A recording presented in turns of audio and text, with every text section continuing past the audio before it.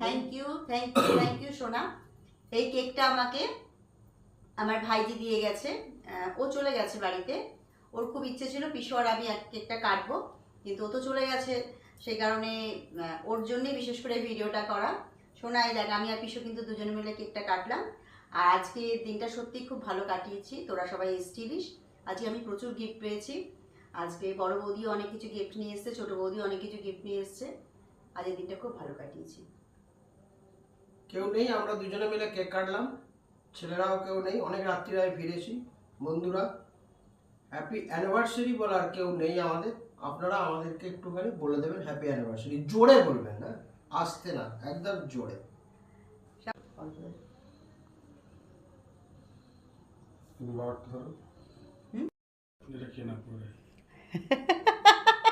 বাবাকে খাই দাও, বাবাকে খাই দাও, এটা বাবাকে ক্রিম দাও, ওই ক্রিমগুলো খেতে খুব ভালোবাসো। আমরা ভেবেছিলাম হ্যাপি অ্যানিভার্সারি বলার কেউ নেই, বলে দে। শেষ মুহূর্তে ছোট ছেলে এসে গেছে। হ্যাঁ পড়ে যাবে, ছোট ছেলে এসে গেল, বলো।